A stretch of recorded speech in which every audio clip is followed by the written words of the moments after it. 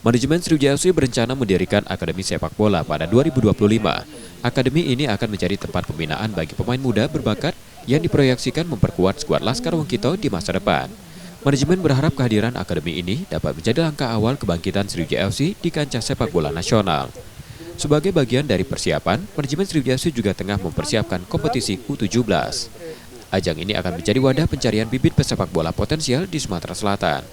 Untuk itu, manajemen berkoordinasi dengan berbagai pihak untuk menyusun program seleksi pemain. Memang kita sudah ada persiapan untuk kompetisi usia 17 ya. Dengan mengadakan kompetisi usia 17 ini, dari usia itulah kita akan mengundang beberapa klub yang ada di Sumatera Selatan untuk melakukan pencarian bibit akademi Sriwijaya FC. Maka kita sudah koordinasi dengan Pak Anggoro dan para manajemen di Sriwijaya. Program kita untuk mencari bibit ini dengan mengadakan kompetisi. Pencarian bakat untuk Akademi Sepak Bola Sriwijaya FC ini dijadwalkan mulai berlangsung pada April 2025. Nur Muhammad, Kompas TV, Palembang, Sumatera Selatan.